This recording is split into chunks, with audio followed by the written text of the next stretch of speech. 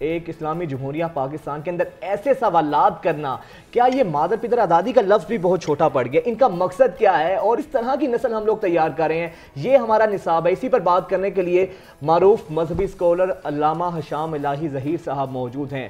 علامہ صاحب بہت شکریہ آپ کے وقت کا۔ سر آپ تو اس پر اکثر بات کرتے رہتے ہیں، کرتے رہتے ہیں، اکثر اپنے آپ لیکچرز کے اندر اس پہ بڑا توجہ دلاتے رہتے ہیں۔ سر اگر اس طرح حالات ہوں گے، ان کا مقصد کیا ہے، پھر فیوچر کیا دیکھ رہے ہیں؟ اگر ہمارے تعلیمی اداروں کا یہ حال ہے، کس طرح کی نسل تیار ہوگی؟ بسم اللہ الرحمن الرحیم۔ سب سے پہلی بات ہے وجاہت بھائی کہ جو آپ نے یہ کوسچن پیپر پڑھا ہے، میں تو سمجھتا ہوں کہ اس کا ٹرانسلیشن ہم کرنے سے عاجز اور قاصر ہے کہ بہن بھائی جیسے مقدس رشتے کے اندر جنسی تعلقات کا ذکر، اور پھر اس تعلق کے بعد شرمندگی کی بجائے ان کے اندر قربت میں اضافے کا ذکر، اور پھر اس کو جائز قرار دینے کی جتنی صحیح اور تگود اس کوسچن پیپر میں کی گئی ہے، ہمارے آواز اٹھانے کے اوپر انکوائری دیا جائے گا۔ پہلی بات تو میں یہ کہنا چاہتا ہوں کہ ایسے انکوائریز، اس طرح کی کمزور ترین انکوائریز وہاں پہ ہوتی ہے جہاں پہ جرم واضح نہ ہو۔ یہاں پہ جرم واضح ہے، یہاں پہ جو پورا ڈپارٹمنٹ واضح ہے۔ محکمہ تنظیم نے اس کی انکوائری لگائی ہے اور آگے سے ہمیں یہ لالی پاپس دے رہے ہیں پورے پاکستان کی عوام کو کہ ہم وہ ٹیچر کو نکال دیں گے۔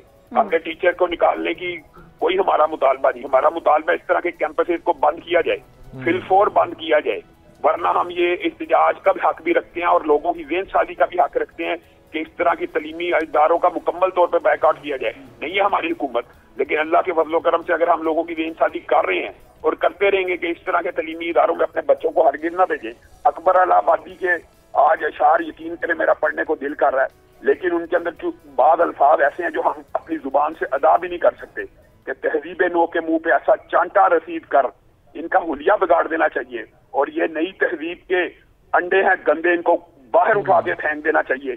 ٹھیک ہے، آپ بالکل ٹھیک کہہ رہے ہیں۔ آپ نے جو مطالبہ کیا ہے کہ نہ صرف استاد کو برخاست کیا جائے، ایسے کیمپسز کو بند کرنا چاہیے، but sir still this is not the solution. ہمارا جو نظام تعلیم ہے اس کی بہتری کے لیے، پلس مجھے یہ چیز کی سمجھ نہیں آ رہی کہ جب ایک پرچہ بنایا جاتا ہے تو ایک پرچہ بنانے کے بعد اس کا اپروول ہوتا ہے کہ بھئی جو ٹیچر نے بنایا ہے، ظاہر ہے ایگزامینیشن برانچ سے کوئی اس کو لیڈ کرتا ہوگا جو کہ اس کو ایکسیپٹ کرتا ہوگا کہ ہاں باڈی ہوتی ہے، ہاں کہ بھئی یہ پیپر ٹھیک ہے اور یہی جانا چاہیے ہے، یا اس میں یہ کوسچنز کی تبدیلی ہو جانی چاہیے۔ اس طرح سے پیپر ڈیزائن ہوتا ہے۔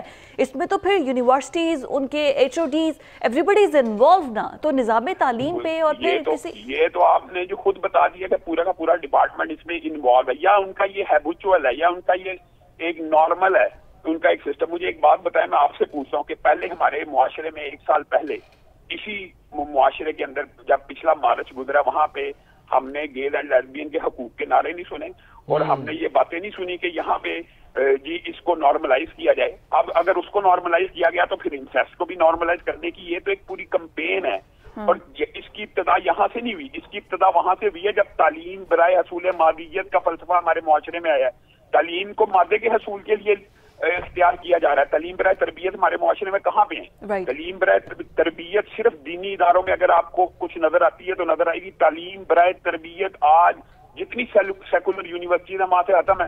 سیکولر یونیورسٹی کے اندر تعلیم لینے کا آپ نے خود ابھی باچے میں مقصد بیان کیا ہے، آپ نے خود بیان کیا کہ جہاں پہ کوئی گولڈ میڈلسٹ یا تعلیم اعلیٰ حاصل کرنے کے لیے لوگ نہیں جاتے۔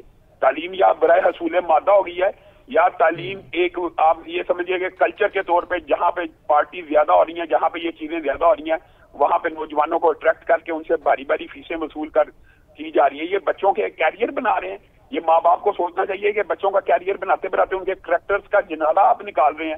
کیریئر ایسا کیا کرنا ہے جو تعلیم برائے حصول مادہ آپ حاصل کرتے رہیں، تعلیم برائے تربیت حاصل نہ کریں، پھر ماں باپ ہمیں فون کر دیتے ہیں باہر سے۔ علامہ صاحب آپ کی بات بجا ہے، لیکن آپ نہیں سمجھتے اس میں کہیں نہ کہیں قصوروار، کہیں نہ کہیں غلطی ہمارے کچھ مذہبی لوگوں کی بھی ہے؟ یعنی کہ ہمارے جو مذہبی طبقہ ہے، ممبر و محراب سے جو ذمہ داریاں ادا کرنی چاہیے تھی وہ تو ہو رہی ہیں، لیکن کہیں نہ کہیں متبادل پیرالل نظام تعلیم سر ہمیں دیکھنے کو نہیں ملتا۔ ایک جانب او لیول اے لیولز ہیں، وہاں پہ تعلیم کا یہ حال ہے کہ وہاں کے بچوں کو سورہ اخلاص تک نہیں پڑھنی آتی۔ دوسری جانب مدرسے ہیں، بے شمار ہزاروں ان کو احادیث ازبر ہیں، لیکن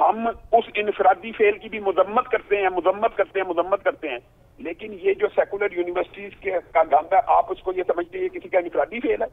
یہ تو معاشرے کے اندر اجتماعی طور پر پھیلانے کی کوشش ہو رہی ہے. ان دونوں میں آپ کو فرق کرنے کی ضرورت ہے.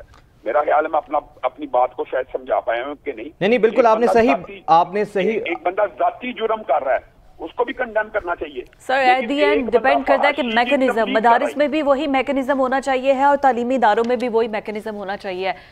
دو کہ کسی بھی چیز کو ڈیفینڈ نہیں کیا جا سکتا, دونوں حرکتیں ہی غلط ہے. رائٹ, بہت شکریہ. علامہ صاحب ہمارے ساتھ موجود تھے, ہشام الہی صاحب ہمارے ساتھ موجود.